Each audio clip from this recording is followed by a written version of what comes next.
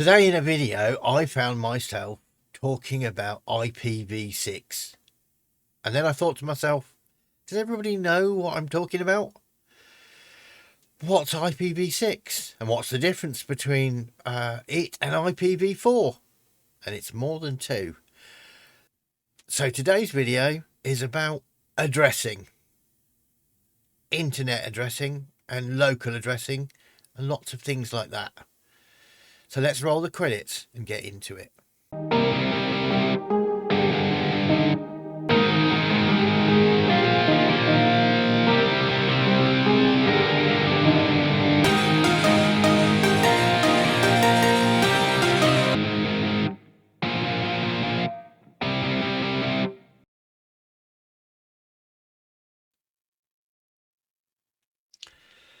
So let's start at the very beginning.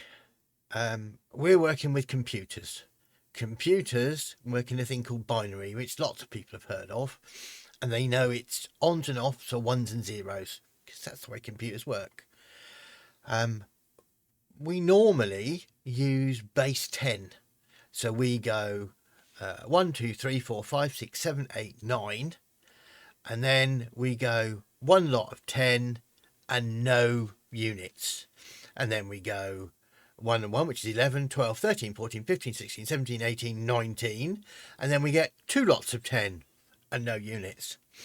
In binary, you only get two digits. You get zeros and ones. So to count in binary, we go 0, 1. And then we've got to go up to the next thing. So it actually becomes 1, 0. It looks like 10, but it's not. It's actually 2 in binary.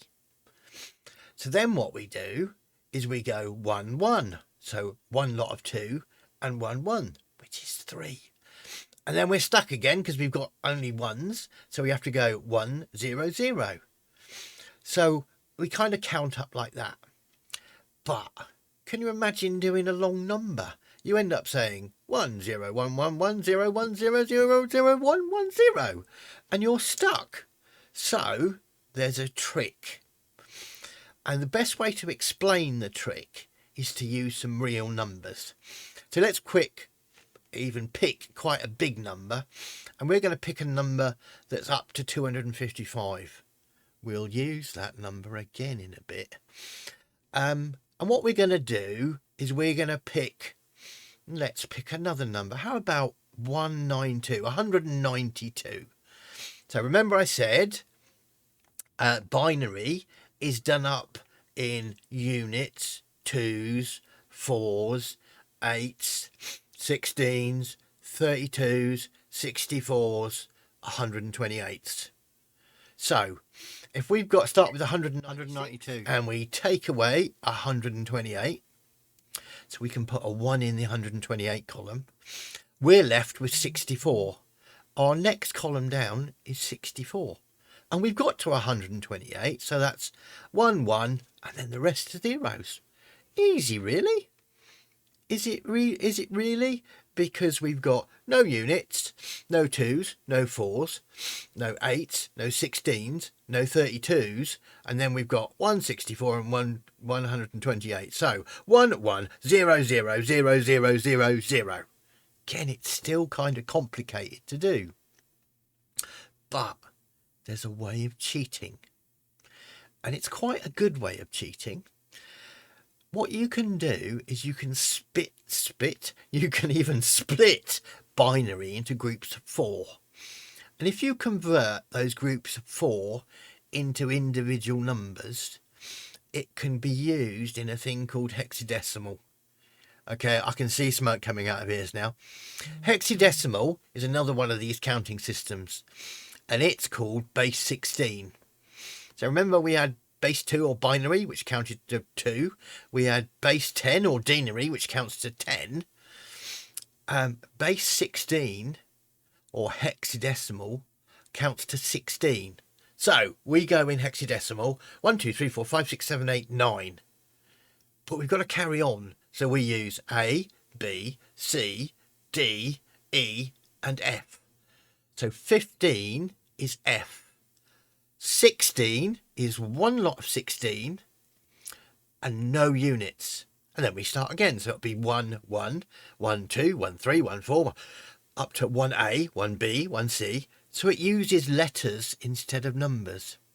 Now you can convert binary to hexadecimal really easy.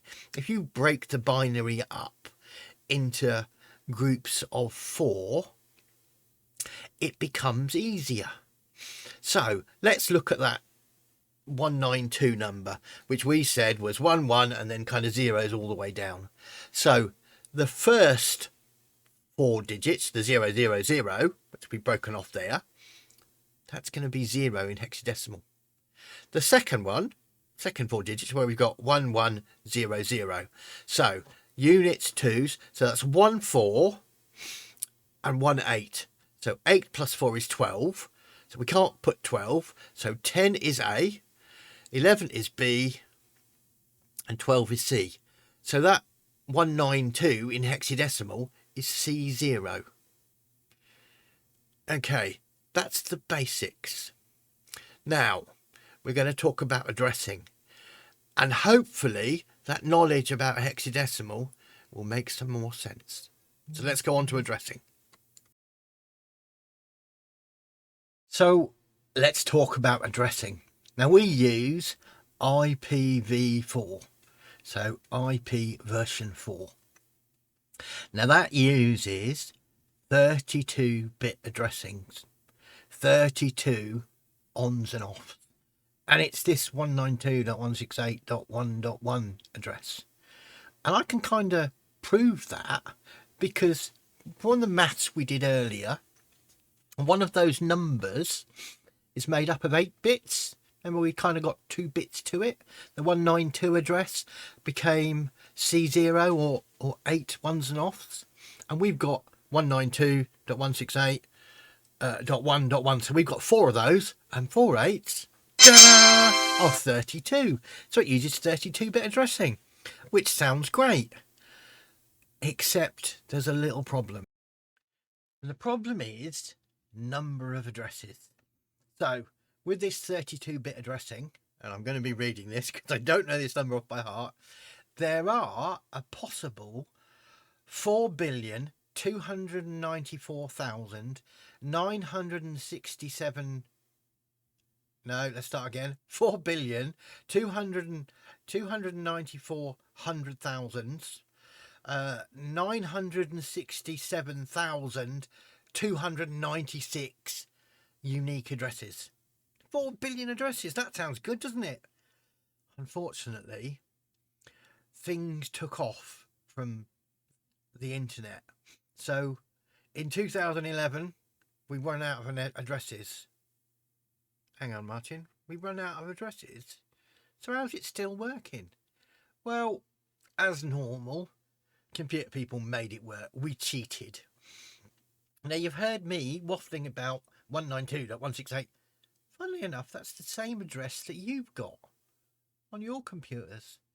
So we use a thing called NAT, which changes. So we've got local addresses that are only used inside our network. We've actually got internet addresses. So if you go to What's My IP or something like that, you'll get your actual IP address. And internally, you're using a 192 range or a 10 range.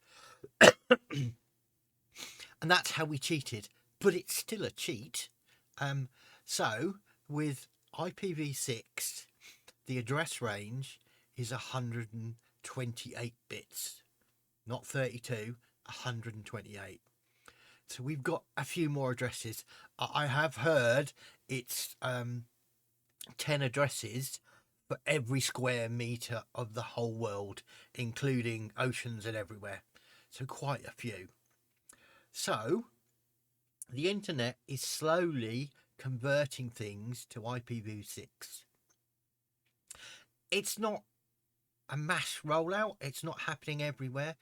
It's just happening slowly where you can use it. So that's the difference here. So we've got 32 bits and 128 bits. So we now come back to that hexadecimal nonsense I was talking about earlier. So if we want you to give a IPv6 address in binary, we'd have to go 101010. I'd be here for a while, wouldn't I? I've got to talk out 128 things. If we want to convert to decimal, it gets kind of complicated. So what we do is we convert it to hexadecimal. So you'll see IPv6 addresses looking like this. So they're a lot longer still, but at least they're in an understandable form. So that's an IPv6 address. Now, hopefully, that kind of makes sense to where we are now. In the next section, I'm going to cover special IPv6 addresses. Let's talk about special addresses. And these are things that they're there in IPv4 as well, but in IPv6 they're kind of the same but different. So something with all zeros and a 1 on the end is known as a loopback address, and it's the address of the computer you're on. It just saves you having to type its IP address.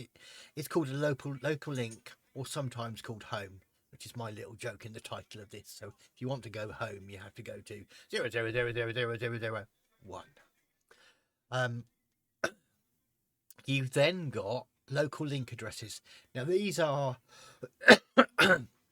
addresses that have been generated by the local computer, and they always begin FE80. And what that means is they're not routed across the internet. Everyone's got one, and it's just kind of created.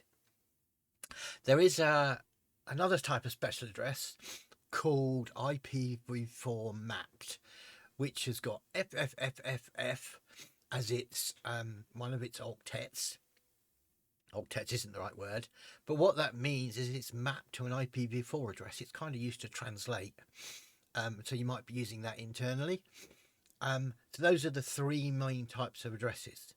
So when you enable IPv6 on your network, you don't really need to do anything except for I want to have IPv6, and all the devices will give themselves a locally linked address, and they can all quite happily talk to themselves on IPv6 then. And when they go out to the internet, as long as you've enabled IPv6 on your router will go, oh, okay, I'll translate that for you. So that's the special bits of IPv6. Next bit, why do we need this?